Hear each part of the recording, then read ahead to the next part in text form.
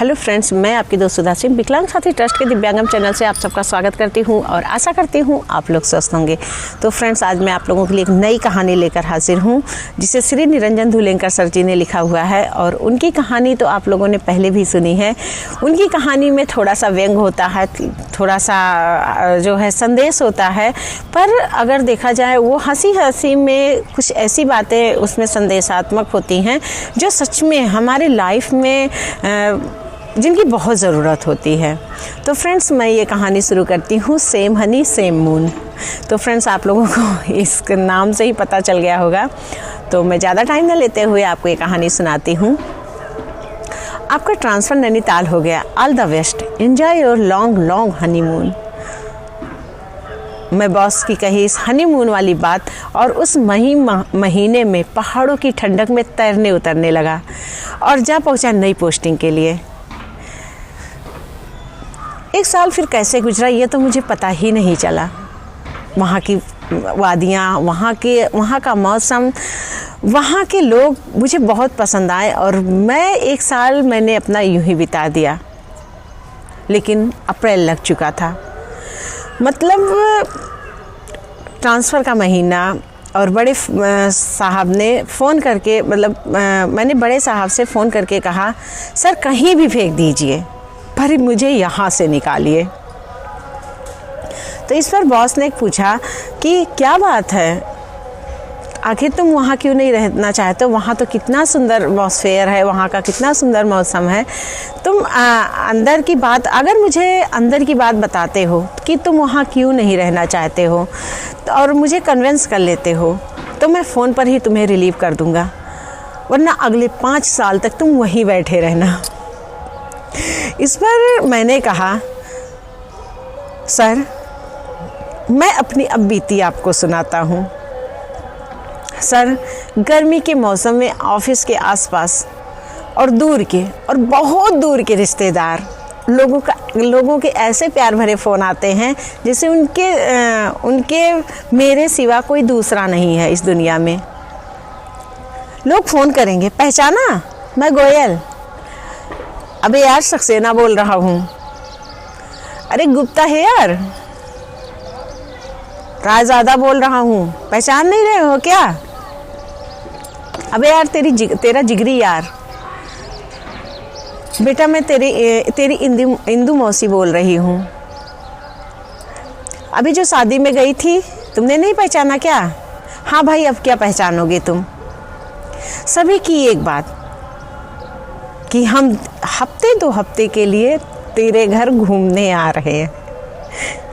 इतना ही नहीं sir, season में सब्जियां होटल वाले सब उठा ले जाते हैं। जितनी भी सब्जियां होती हैं होटल वाले सब उठा ले जाते हैं और वो यहाँ पर बहुत बेहद महंगी हो जाती हैं।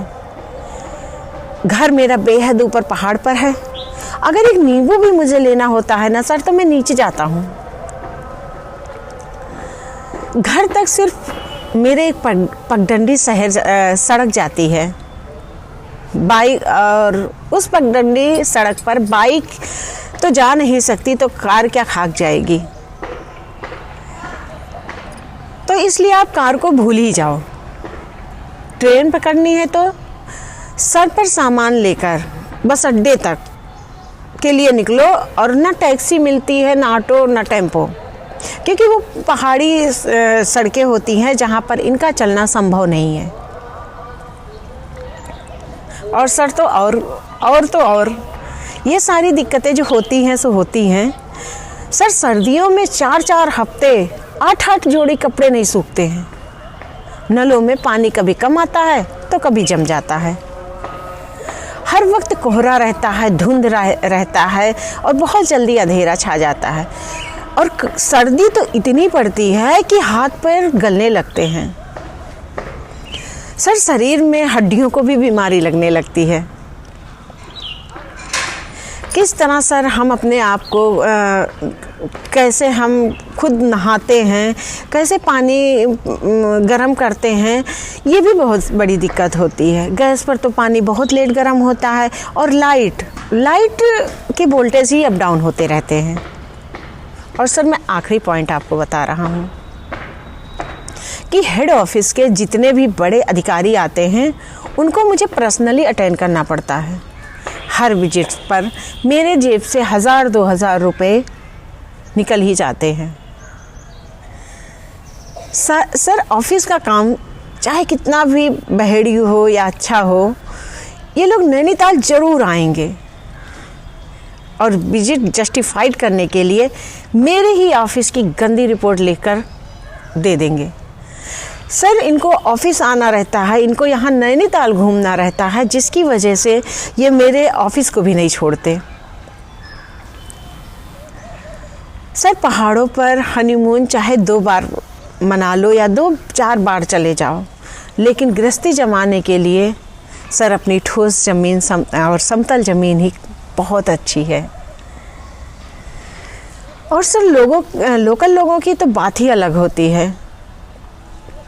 आज तक मैंने किसी भी पहाड़ी कपल को झांसी आते नहीं देखा हनीमून मनाने के लिए। फिर लोग पहाड़ों पर ही हनीमून मनाने क्यों जाते हैं? मुझे आज तक समझ में नहीं आया कि वही चाँद, वही बीबी, वही रात सब एक जैसी ही तो होती हैं। होटल के रूम्स भी तो एक जैसे होते हैं आपके घर जैसे। तो फिर आप हनीमून मनाने के लिए पहाड़ों पर ही क्यों जाते हैं या कहीं बाहर ही क्यों जाते हैं? हाँ, बच्चों के साथ घूमना फिरना ये अलग बात है। क्या इस हनीमून के लिए जो है दुनिया में कोई ऐसी जगह पर जाना ज़रूरी है? तो फ्रेंड्स, ये है निरंजन धुलिंकर सर की कहानी और मुझे लगता है आप लोगों को काफ़ी पसंद भी आई होगी। सेम हनी सेम मून, मतलब बात सही भी है कहीं पर। हमारे बच्चे आजकल फैशन में पता नहीं क्या क्या करते थे। पहले तो ऐसा नहीं होता था। पहले लोग शादी के बाद देवी देवताओं के दर्शन करने जाते थे। और आप देखिए, पहले की शादियां भी ज़्यादा दिन तक टिकती थीं, और क्योंकि उन्हें भगवान का आशीर्वाद मिल जाता था, उन्हें हमारे बड़ों का आशीर्वाद मिलता था। आजकल के बच्चे शादी हुई नहीं कि सबसे पहले वो हनीमून पर निकल गए।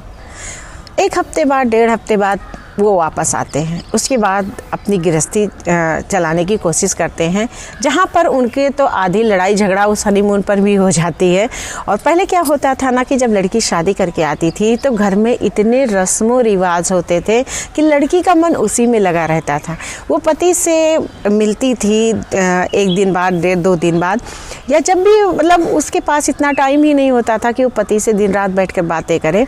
उसके आसपास ही उसकी नन्हें, उसकी सास या उसके जो भी पारिवारिक रिश्तेदार होते थे सब आसपास बैठे रहते थे, और जिसकी वजह से वो एक मिलने की जो चाह होती थी ना, वो भी एक अलग ही उसका रूप होता था। पर आजकल के बच्चे शादी हुई नहीं, हनीमून पर निकल गए, और जहाँ पर वो हमेशा साथ साथ रहते हैं, छोटी छोटी बातों में तकरार वहीं से शुरू हो जाता है। गृहस्थी बसने से पहले उन लोगों में लड़ाइयाँ झगड़ा शुरू हो जाता है। जहाँ पर भगवान के आशीर्वाद लेने की ज़रूरत होती है, अपने बड़ों के आशीर्वाद लेने की ज़रूरत होती है, वहाँ हमारे बच्चे इंजॉय करने चले जाते हैं। अच्छी बात है, आप इंजॉय करिए, लेकिन शादी के कुछ दिन बाद जाइए घूमने फिरने। अच्छी बात है कि आप घूमने फिरने जाना चाहते हैं। आप कुछ वक्त, मैं ये भी नहीं कहूँगी कि आप पर पूरा वक्त आप परिवार के साथ बिताइए। मैं ये भी कहूँगी कि नए कपल हो तो आपको अपने परिवार के साथ साथ अपने साथ भी एक दूसरे के साथ वक्त बिताना चाहिए। तो मैं ये नहीं कहूँगी कि हाँ आप अपने साथ वक्त मत बिताइए, आपके साथ भी वक्त बिताना बहुत ज़रूरी है, अकेले भी। लेकिन जो है इस तरह जाना मुझे नहीं लगता है कि बहुत सही है। आप जो भी रस्म रिवाज होते हैं वो करके उसके बाद जाइए। और दूसरी बात सर ने इसमें जो बताया सही बात है कि अगर हमारा कोई रिलेटिव कहीं पहाड़ों पर या कोई ऐसी जगह होता है तो हम अगर जाना चाहते हैं ना, तो 1000-2000 बचाने के चक्कर में हम उसके ऊपर बोझ बन जाते हैं। हाँ, मैं आ रही हूँ तो 2-4 दिन तुम्हारे यहाँ रुक के जाऊँगी, तो ठीक है, तुम उसको खुशी होगी, वो जो भी आपका रिश्तेदार होगा उसे खुशी होगी कि आप उसके घर आ रहे हैं। लेकिन कभी कभार ना कुछ रिश्तेदार ऐसे होते हैं जो इंसान को मतलब मेंटली रूप से बहुत परेशान करते हैं। हर आदमी यहाँ पर बहुत बिजी है, हर आदमी के पास वक्त नहीं है। अब आप उससे कहेंगे कि आप मेरे साथ घूमने चलिए या मुझे अपने पहाड़ों की सैर कराइए, तो ये भी तो गलत है, क्योंकि उनके पास वक्त नहीं होता। वो आप उनके रिश्तेदार हैं तो वो आपको मना नहीं करेंगे, आपको ले जाएंगे। लेकिन मुझे जहाँ तक लगता है अगर आप 50,000 खर्चा करके आप कहीं घूमने जा रहे हो तो किसी रिश्तेदार के यहाँ ना रुककर, भले आपके सारे रिश्तेदार वहीं पर हों, लेकिन किसी रिश्तेदार के यहाँ ना रुककर आप होटल में रूम बुक कर लीजिए और वहाँ से आप अपने रिश्तेदारों से भी मिलने जाइए। उन्हें वो बहुत अच्छा लगेगा और आप लोगों के रिश्ते में एक अलग सी मिठास आएगी, क्योंकि रिश्तेदार भी सोचेंगे कि देखो मेरा रिश्तेदार कितना अच्छा है, जो मतलब हमारे ऊपर बोझ नहीं बन रहा है। हाँ, पहाड़ों की लाइफ सच में बहुत कठिन होती है। वहाँ हर एक चीज़ के लिए उन्हें हमेशा संघर्ष करना पड़ता। हम लोगों की समतल ज़मीन तो फिर भी बहुत अच्छी है, लेकिन वहाँ के वाकई मतलब बहुत कठिन होता है। तो हमें लगता है हमें अपने रिश्तेदारों पर बोझ नहीं बनना चाहिए। अगर हमारा कोई भी रिश्तेदार पहाड़ी एरिया में है या कुछ कहीं ऐसी जगह पर है जहाँ सुविधाएं नहीं उपलब्ध हैं, तो हमें वहाँ उनके घर जाने से अच्छा है कि हम होटल में रूम लेकर रहें, क्योंकि होटल में हमारे हिसाब से सारी चीज़ें अवेलेबल होती हैं। अब आप उनके घर जाते हैं तो आपके मन का कुछ नहीं होता, तो आप ये भी कहते हैं अरे वहाँ गए थे, ये व्यवस्था ही नहीं है। लेकिन आप समझिए कि वो मजबूर है, क्योंकि हर इंसान व्यवस्था में रहना चाहता है। हर इंसान चाहता है कि मेरा कोई भी रिलेटिव आए तो उसको कोई कष्ट ना हो, लेकिन कभी कभी परिस्थितियाँ ऐसी नहीं होती हैं। तो ये बात सही है। इसमें जो सर हैं वाकई वो बेचारे परेशान हो गए होंगे। लोग इतनी रिश्तेदारी निकाल ही लेते हैं कि हाँ मैं तुम्हारे घर आ रहा हूँ। तो फ्रेंड्स, ये कहानी same honey same moon Niranjan Dhulekar sir की वाकई बहुत अच्छी लगी। इसमें एक संदेश भी है कि हाँ, आप अगर अपने रिश्तेदार के यहाँ जाते हैं, कोई आपका ऐसा रिश्तेदार है तो आप उससे मिलने जाइए, लेकिन उसे परेशान करने मत जाइए। और दूसरी आपको शिक्षा ये दी गई है कि हनीमून, बात सही है, वही कमरा, वही पत्नी लोग, वही लोग, वही सब कुछ रहता है, तो आप बाहर क्यों हनीमून मनाने जाते हो? आप पहले घर के रस्मों रिवाज को करिए और सब कुछ मतलब घर में जो भी रस्मों रिवाज होते हैं वो चीज़ करिए, और इसके बाद आप घूमने टहलने जाइए, हनीमून मनाने जाइए। और जैसा भी हो, तो फ्रेंड्स, सर की ये कहानी यहीं पर ख़त्म होती है। अगर आप लोगों को पसंद आती तो please like, comment and share कीजिएगा। इसी साथ मैं फिर मिलती हूँ आपसे एक नई कहानी के साथ, एक नई जोश के साथ। तब तक के लिए बाय।